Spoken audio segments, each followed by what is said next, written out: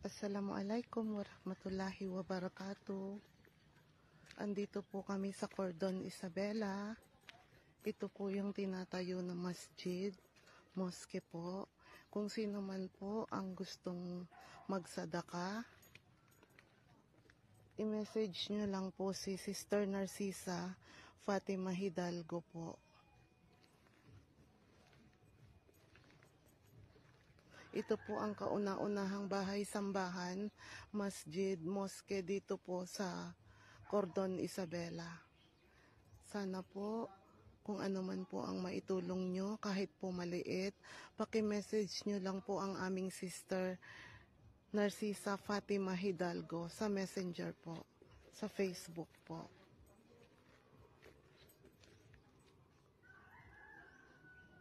Naway biyayaan po kayo, pagpalain po kayo ng Allah. Assalamualaikum warahmatullahi wabarakatuh. To my brothers and sisters, this is the Masjid Al-Rahman here in Cordon, which is already halfway.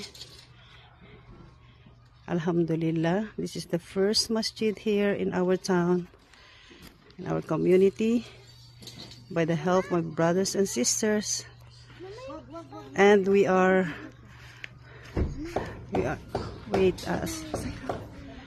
Masjid Al-Rahman, yes, and we are asking your sadaqah. We are, inshallah, you will share your wealth and your sadaqah of this one to accomplishment of this project, of this good cause, inshallah.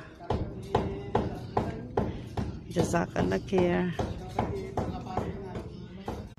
Assalamualaikum warahmatullahi wabarakatuh. This is the masjid here in Cordon, which is in our community. This is the first masjid here. It's not yet finished, but inshallah,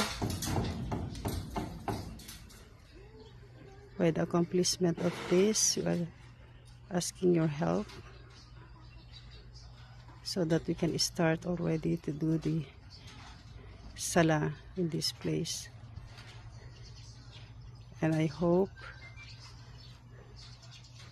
that you will share what you will have.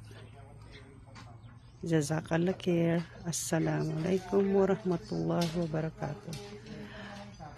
And I'll show you the place, which is